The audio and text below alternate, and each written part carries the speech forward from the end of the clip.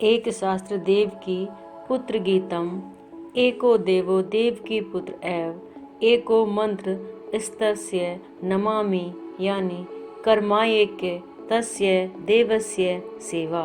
हरे कृष्ण कृष्ण कृष्ण हरे हरे। आज मैं आपके लिए लेकर आई हूँ कामदा एकादशी महात्म्य। एक बार धर्मराज युधिष्ठिर बोले, हे भगवान, मैं आपको प्रणाम करता हूँ। आपसे निवेदन है कि आप मुझे कृपा कर चैत्र माह के शुक्ल पक्ष की एकादशी का वर्णन कीजिए। श्री कृष्ण भगवान जी बोले, हे राजन, आप एक पुरानी कथा सुनिए जिसको राजा दिलीप से वशिष्ठ जी ने कहा था। राजा दिलीप ने पूछा कि हे गुरुदेव, चैत्र माह के शुक्ल पक्ष की एकादशी का नाम क्या है, इसमें किस देवता की पूजा होती है तथा इसकी विधि क्या है, सो कहिए।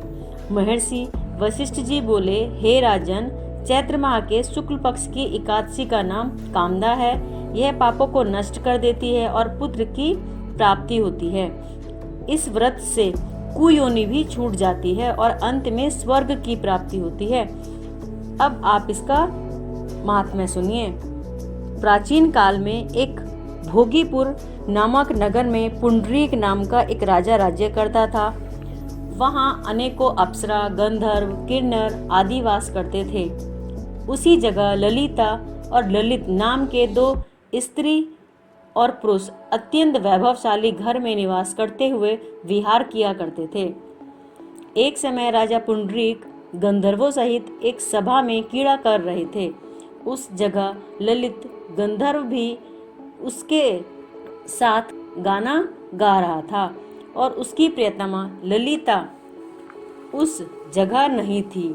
इससे वह उसको याद करने के कारण अशुद्ध गाना गाने लगा। नामराज करकोटक ने राजा पुंडरीक से इसकी चुगली की।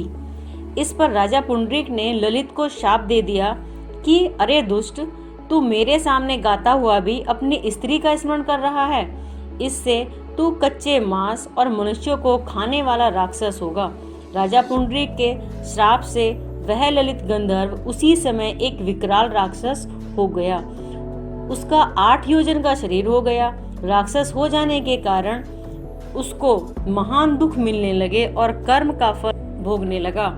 जब ललिता को अपनी प्रियतम ललित का ऐसा हाल मालूम हुआ तो वह अत्यंत दुखी हुई और वह सदैव अपने पति के उद्धार के लिए सोचने लगी कि मैं कहाँ जाऊँ, क्या करूँ।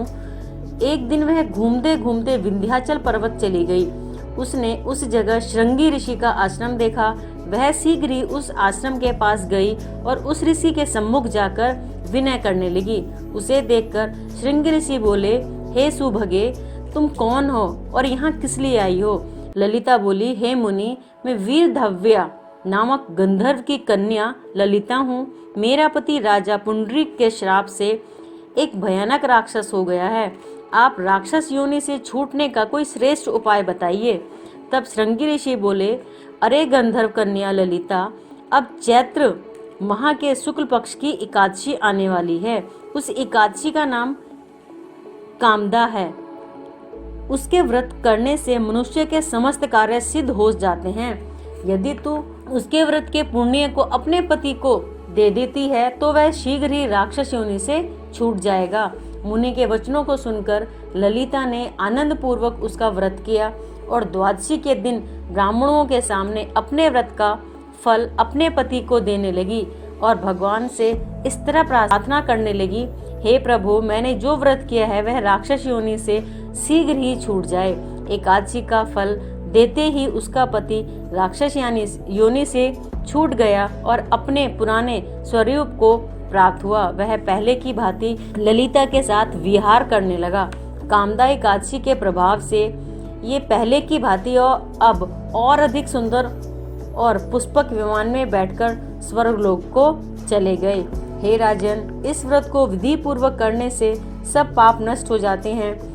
इसके व्रत से मनुष्य ब्रह्म हत्या इत्यादि के पाप और राक्षस आदि की योनि से छूट जाते हैं। इसकी कथा व महात्म्य के श्रवण एवं पठन से वाजपेयी यज्ञ का फल प्राप्त होता है। कामदा एकादशी की जय।